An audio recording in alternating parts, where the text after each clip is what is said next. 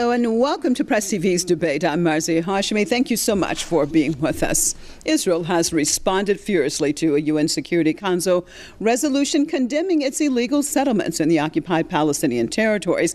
Tel Aviv has called the resolution shameful. The U.S. did not block the vote against and simply abstained.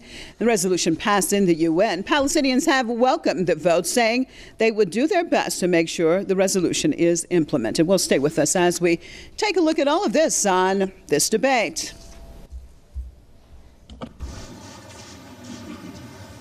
The United Nations Security Council vote to denounce Israeli settlements on the occupied Palestinian land has provoked mixed reactions. Palestinian officials hailed the adoption of the condemnatory resolution, with Chief Palestinian Negotiator Saeb Erekat calling it a historic day for the international community. This is a historic day. The international community have stood tall for peace, for hope.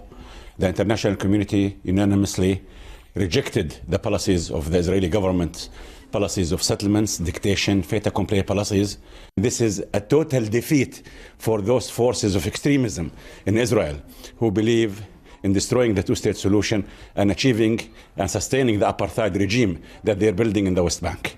Occupation and settlements provide no peace and no security, and the only way to peace and security for Israelis and Palestinians is through a negotiated settlement to achieve the two-state solution on the 1967 lines, a state of Palestine with East Jerusalem as its capital.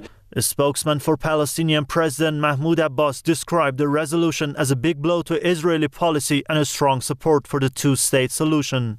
As expected, the vote, which came after the U.S. abstention, sparked outrage among Israelis, with Prime Minister Netanyahu's office rejecting the measure in a statement, saying Tel Aviv will not abide by its terms. Netanyahu's office took aim at the Obama administration, accusing it of even colluding with the supporters of the resolution secretly.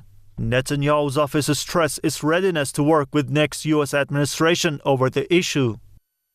In response to the UN resolution put forward by New Zealand, Malaysia, Venezuela and Senegal, Netanyahu seems to have begun exacting revenge. For now, he has ordered the cancellation of the planned visit to Israel by the Senegalese foreign minister in 3 weeks. Netanyahu also instructed the foreign ministry to cancel all aid programs to Senegal. He has ordered Israel's ambassadors in New Zealand and Senegal to return to Israel for consultations. In the United States, President-elect Donald Trump, who had urged Washington to veto the resolution, vowed the country's policies at the United Nations will change after he takes office in January. U.S. House of Representatives Speaker Paul Ryan and Senator John McCain, both Republicans, blasted the Obama administration's decision to abstain in the UN vote. The White House defended the decision to allow the resolution to pass, saying the rapid expansion of settlement activity by Israel puts the two-state solution at risk. The Obama administration dismissed all the criticism, particularly those leveled by Trump.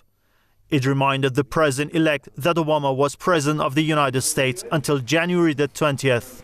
U.S. Secretary of State John Kerry urged Israelis and Palestinians to advance prospect for peace after the resolution. Kerry said the UN measure rightly condemned violence and settlement activity, adding that Washington did not agree with every aspect of the resolution. I'd welcome my guest to the program, journalist and Middle East expert out of London, Mr. Aki Nawaz, and Professor, University of Buckingham out of London, Mr. Jeffrey Alderman. Thank you both for being with us. Well, let's start this off in London. Well, Mr. Alderman, why do you think that the United States abstained from blocking the resolution against Israel?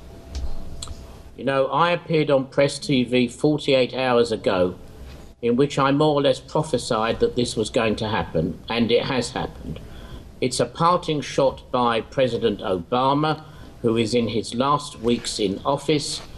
He is determined to end his presidency on a high note so far as so-called peacemaking in the Middle East is concerned. His relationship with Netanyahu, it's an open secret, has never been good and has deteriorated progressively. This is a stab in the back for Israel. Obama once said the relationship between Israel and the USA was unbreakable. Well, yesterday President Obama broke that relationship. I think also there is a dimension of politics here. Obama wants to make it as difficult as possible for Donald Trump when Donald Trump takes office on the 20th of January. And the calculation is that having not used the American veto to veto this resolution, Trump will find himself somehow hemmed in. But let me add this. I said at the time of Trump's election as the next president that I took with a pinch of salt Donald Trump's declaration that he would move the Israeli embassy from Tel Aviv to Jerusalem. I thought that was just a lot of words. Now I think that is a distinct possibility that in retaliation for this outrageous step by the Obama administration, Donald Trump may indeed move the American embassy to Jerusalem, which may I remind Press TV is the capital of Israel. All right, let me cross back over. Let me cross over to Mr. Nawaz. Lots of comments here by Professor Alderman. Mr. Nawaz, what do you make of this? First of all, with this situation, is it that U.S. President Barack Obama was symbolically just trying to show that his administration is actually against Israeli aggression, when, of course, throughout the 8 years of his presidency, he totally supported basically Tel Aviv, and the Israelis, of course, have increased the settlement buildings during his tenure. How do you see all of this? Well, we have two paths to this discussion. We can either take the predictable narrative, which the professor just put forward, and with all respect, or we need to look at solutions. Now, I think it's pretty evident that America, USA, and even in their narratives have said that they've supported the occupiers for 50 years, 60 years, 70 years, and I think that we should review this whole thing, because there is a massive injustice. And I would like to say to Professor Alderman, can we move away from the regurgitated narratives that have been going on for decades and decades? If I can finish, and if we can move to some new ground, higher ground, which actually makes the occupiers have the peace and the solutions they want, but also the Palestinians.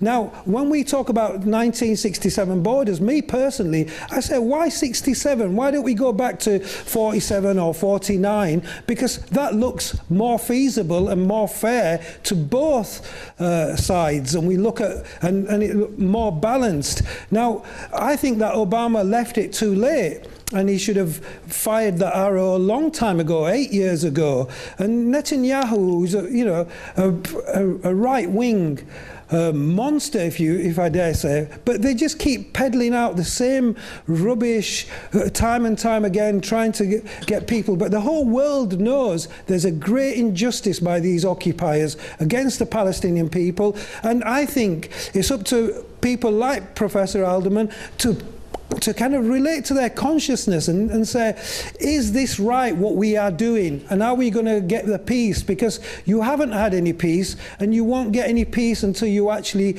go down the path of actually looking for genuine peace with the people of Palestine. Well, Mr. Alderman, in your perspective, how significant is this resolution?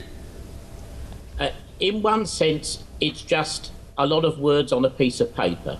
I can tell you and the Press TV audience this will not make the slightest difference to the rebuilding of Jewish settlements in Judea and Samaria or in Jerusalem. Incidentally, if we were to go back to 1947-48, of course, Jerusalem would be an international city, wouldn't it? It wouldn't be under Jewish control, and it wouldn't be under Arab control. I don't even think that's well, so be it. So be it. Whatever the Palestinians agree to. Well, when you try and sell fine. that, you try and sell that to Mahmoud Abbas, and then come back on this programme and tell us what progress, if any, you have made, and the best of British luck to you. Well, Mr. Well, do you Nawaz, think Mr. Nawaz, your Netanyahu would perspective, Mr. Nawaz, accept an international? Does this passing of this resolution really make a difference or not? Well, it's not about my personal perspective. The Palestinians have come out to say it's a small victory, but a big victory, or whatever their perspective. We support that because I do believe that, and I've been down to Gaza and everything, and I believe that they actually do want peace. But this political kind of, they call it a democracy in Israel. It's not a democracy. It's a bully state, an occupier. And they really need to change their kind of paranoia. I mean, look at the paranoia that's coming out of Netanyahu or whatever. We need this region, this place, to solve the problems, or else there'll be no peace for anybody. I think that the reluctance to solve this issue creates a lot of tensions in the world on many fronts. And I think it'd be absolutely brilliant that the Jews live in peace for a change. They've had a horrible history. They've been stigmatized and demonized for so long. They don't need this rubbish to continue. They should take the high ground and get together with the Palestinians and find some solution that the Palestinians are completely happy with. And I can, like Alderman talks about a prophecy of what he thought his instinct was saying. Well, I can tell you that the Palestinians will actually deal with the Jewish community far better than, just like apartheid. The black people of South Africa dealt with the white folks after apartheid in a very, very humane way and very well. And okay. I think that we need to find a new ground, or else we're just churning over old rhetoric and old positions which are not working. All right, stay with me, Ms. Nawaz. Mr. Alderman, do you think that the world is showing more of a distaste for Israeli defiance of international law by the passing of this resolution or not? How do you see it? Well, it's very interesting, and you'll forgive me, but we're just after the end of the Jewish Sabbath, and I haven't been able to catch up with every detail, but my understanding is that this resolution was not a Chapter 7 resolution. Now, a Chapter 7 resolution, that's a resolution passed under Chapter 7 of the UN Charter. It's obligatory for everyone involved to obey it. My understanding is that this was not a Chapter 7 resolution. Therefore, Israel is not obligated to obey it, and I don't think Israel will obey it. They need to obey it. They should obey it. Professor Alderman, they should obey it. Why? They should take the high ground. They should take the high ground on this issue, or else we don't solve anything. You're entrenching yourself with an idea which won't give you peace. Now, you're either after peace or you're after war. And I think that the Palestinians have been so tolerant over 60, 70 years, to what they have endured. I think that you should take them. Try looking for a new path. Don't get stuck in this kind of nationalism or these horrible politics. Please think about what you're saying and give yourselves a break and give the Palestinians a break. Well, Mr.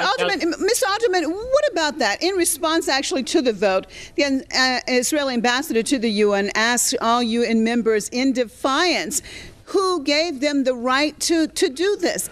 Do you think that is part of the problem in general, Israeli arrogance and this feeling of exceptionalism? I don't. Well, it is a feeling of Jewish exceptionalism because within my lifetime, there was an attempt to exterminate us out of existence. I quote to you the great words of David Ben-Gurion in 1955. He said, "Our future doesn't depend on what other nations say, but on what the Jews do. That our future is in our own hands." I think one reaction to this resolution will probably be to accelerate settlement building in Judea and Samaria. Well, Mr. Alderman, let's look at what you've just said, because you said that they're looking at the history, basically, of the Jews and what you call basically a type of genocide against the Jews. Shouldn't that then make them in general a little bit more conscious of pain, conscious of actually war, conscious of torture? How do you rectify the I'm two? sorry. You said, stay with me. You said, Mr. Alderman, on the one hand, because of the suffering that the Jews have undergone, wouldn't that then make them a little bit more aware when you have these onslaughts on Gaza and you're killing thousands of people with airstrikes? What's the connect there of suffering, but then not relating to other suffering? How do you put these two together, sir? Staying with you, Mr. Alderman. Certainly. May I remind you that the Hamas Charter calls for the destruction of Jews. So when you're trying to defend the Hamas government in Gaza, you're defending a government that is sworn by its own charter to destroy Jews. And I'm very sorry, as a Jew, that is something up with which I will not put. Okay, Mr. Nawaz, your take, he says the Hamas Charter wants to destroy Jews. However, what we see with the Israelis are actually the destruction of Palestinians. Your take, sorry. sir. Mr. Nawaz, go ahead. Sorry, this Hamas Charter keeps getting peddled out. There is a whole history of the Hamas Charter. You can understand some of the elements of it, some of the negativity of it, because even Jews during the time in Germany, they would respond to that horrible Holocaust that was happening to them in a similar way. So, if anybody, your question to Mr. Alderman was, after everything that's happened to you, should you not have some kind of conscious attitude towards oppressing people? And he has just pointed out that he doesn't have one. So what does that say? How dare he even criticise Hamas for what they think when he doesn't even have an ounce of goodwill in his words? If anything, Hamas probably could get together around a table and achieve peace quicker than all these other, the other parties. Hamas wants it. I think that they should just look back at the 1947 borders or whatever. That is a fair way to look at it. But if they're happy with 1967, that's fine. We're happy with what the Palestinians are happy with. Okay, stay with me, sir. Let me get Mr. Alderman back in on this. Stay with me, Mr. Nawaz. Sorry, I just think that Mr. Alderman is not being genuine, and I would like to appeal to his good nature to start being genuine when he's talking about these things. There are people suffering. The Jews suffered terribly. I've made that point, and he should be also talking from that perspective, not from the regurgitated rubbish that we've been hearing for 60 or 70 years. Okay, stay with me, sir. Come on, Mr. Alderman. Mr. Alderman, U.S. Ambassador to the UN, Samantha Power, said that, quote, the United States has been sending the message that the settlements must stop privately and publicly for nearly 5 decades. What exactly does that mean? Why does Israel get away with defying international law for that long and nothing is done about it? Well, nothing is done about it for a host of reasons. Firstly, we have the dynamics of the American political system, that particularly in his first term in office, Obama had to look over his shoulder at Jewish support for the Democratic Party. I think that's a generally accepted factor. Secondly, it's ironic. Some of these settlements that we've been talking about were actually approved by the British government during the mandate period. So how my own government could have voted in favour of this resolution yesterday, I do not know. May I also say that if my colleague on this programme wants to go back to the 1947-48 proposed settlement, may I remind him that the Palestinian Arabs actually rejected that settlement. They actually rejected that settlement. I have reiterated several times that I will use my good offices to ensure safe passage for a delegation from Gaza to go to Jerusalem, the Jewish capital, in order to sit down and hammer out a binding definitive peace treaty with the Israeli government. I can't do better than that, can I? Okay, yeah, but you're already antagonizing people by talking about Jerusalem as the Jewish capital, and it's not the Jewish capital. Yes, it is. Face facts. Learn to accept facts. Okay, no. Well, we know that it's disputed, it's occupied territory. We know this. Okay, so did Obama not just give you $30 billion for some military aid and things like this? So why suddenly Obama, after giving you so much money, you suddenly find that he's dumping you in the deep end? I think this was an act of betrayal. I don't deny the amount of American weaponry and military equipment that has been given to Israel, and in fact, it's deeply ironic that if the Arab world is at the moment falling over itself with applause for Obama, they need to look at the other side of this coin. Obama cannot be trusted. Okay. He cannot be trusted. We're just about out of time. So sorry, we're just about out of time. Mr. Nawaz, if we look at the situation, what Mr. Alderman has just said, he talked about the British mandate. Now we're talking about Obama and then the possibility of Trump. Isn't that the main problem, actually, whether we're talking about the British or the Americans, of basically that blind support for Israel, in the British case, of course, of trying to create what we call, or what some call, the state of Israel. With the Americans, this blind support all of these years, from weapons to even as far as in the UN, except for this time we've seen them using the UN to actually propagate Israel. So isn't the main problem actually these other entities like Washington, like London, and what needs to be done in order to actually bring peace back to Palestine?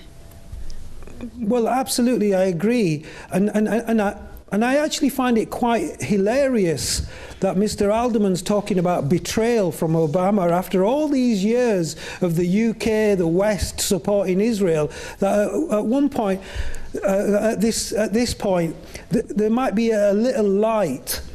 And maybe they've got enlightened. Maybe they've seen the kind of right-wing, hawkish attitude. Netanyahu is doing so much damage to the cause of the Jews. I can't believe it that people are supporting him. And he does, if we talk about it as a democracy, which I doubt, but the masses of people support him. But this is a right-wing government. Now, in terms of UK, US, 20 seconds, it's pretty sir. evident it's pretty evident from their own talkings that they're talking about they've supported Israel for so long, unequivocally, and it's unacceptable. We're not getting to the place where we need to get to, and Mr. Alderman and everybody else needs to wake up and stop. There is no peace without justice. All right, on that note, I'd like to thank both of you. So sorry we're out of time. Thank both of you for being with us. Mr. Aki Nawaz, journalist and Middle East expert out of London, and Professor of University of Buckingham, Geoffrey Alderman, also out of London. And we also appreciate you viewers for being with us for another debate. Join us same time, same place tomorrow. I'm Marzia Hashemi. See you next time.